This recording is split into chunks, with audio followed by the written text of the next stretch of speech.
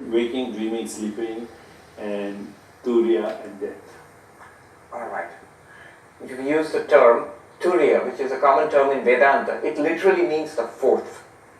What do you mean by the fourth?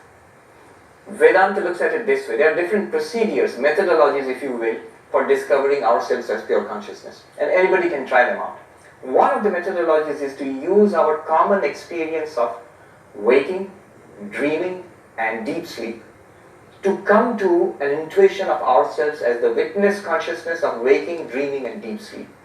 When you are identified with this person, this waking person, you are called the waker. Call it the first. When you are identified with the person, you are in the dream. You are not aware that you are dreaming. It's a dream which you realize later, but you were there in the dream as a person. That person we call it the dreamer. Then deep sleep.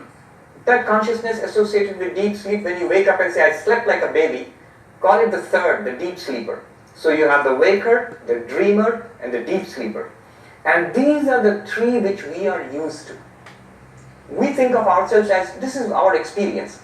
And what Vedanta teaches us, the crucial insight of Vedanta is, you are not the first, the waker, not the second, the sleeper, the dreamer, not the third, the deep sleeper, but what it calls the fourth, the consciousness in which all of these are appearing and disappearing. So the consciousness is apart from these three, and yet underlying all of these three. That fourth is called turiya. And that is not subject to birth, death. That is not subject to birth and death. What is subject to birth and death? The body. What is subject to change? The mind. But the turiya itself is the witness of the birth and the death of the body, birth and the aging and the decay and the death of the body.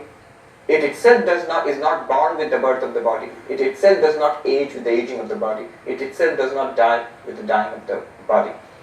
And the changes of the mind, turiya itself reveals the changes of the mind. The Mandukya Upanishad, which is a classic text of Advaita Vedanta, it says that you are the turiya. You are not the waker, dreamer, or deep sleeper. And the whole point is to realize yourself as the turiya. And it's not really the fourth. Really, when you come to an understanding of it, it is the one which appears as the three. So now